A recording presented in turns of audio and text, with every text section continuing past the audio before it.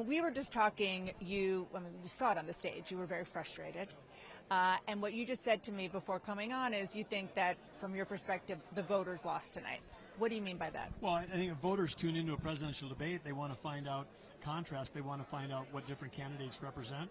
And when you're the candidate who has created more jobs than everybody else on stage, when I've made payroll since my 20s, mid-20s, I've been making payroll longer than everybody else combined on the stage. So I've got more business experience than everybody on the stage. And then I'm the only tech guy on the stage who understands software, and we're talking about TikTok, and I don't get a question. I don't get a question on the economy. And then we talk about energy, and North Dakota produces more energy than most OPEC nations, and we're a leader in innovation energy.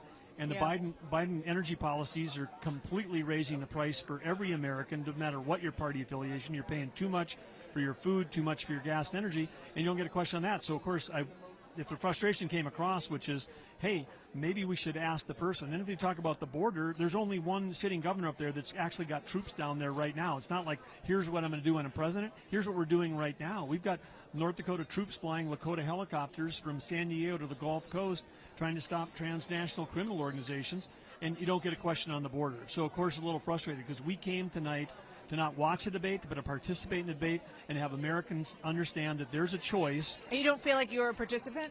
Well, I had to fight my way in. I mean, literally, I think I got like 1 or 2 questions in 2 hours. Let me ask you about one of the things that you say that you're very good at, which is you are a governor, you are a chief executive, you've had to bring the legislature together. I mean, you obviously are in a very Republican state, but I'm thinking about what's going on in Washington right now. We're just days away from a government shutdown. If you were president and the situation was happening right now on Capitol Hill with House Republicans fighting amongst themselves, many of them, the hardliners, not wanting to support anything at all, how would you get them out of it? Well, this dynamic exists in red states too, where you've got sort of two factions within the same party. So how would you get them out of it? It's the way we've done it in North Dakota. I mean, we came in and said, hey, we're going to pass the largest tax cut in the history of the state. We went in, we got that done. There was a number of other important initiatives. We said we're going to cut red tape. We passed 51 red tape reduction bills this year. It's easy to cut. It's easy to pass tax cuts, or easier to pass tax cuts in a red state than in Washington. You'd be surprised on how our party can disagree with each other, because there's just like in Washington D.C. that McCarthy's dealing with. Most red states have got 2 factions, so got a lot of experience in dealing with that. But what we really need is we have to have leadership that is solving the root problem, and the real problem, and the reason why people are saying, don't create a solution, because they're concerned about spending, and we should be concerned about spending. And in North Dakota, when I first became governor, we actually cut it, not slowed the growth. We cut it by 27% my first 4 months in office, and everything kept running on time, because if you are a business leader, you know how to take costs out of government and not reduce the cost of services. We're here at the Reagan Library.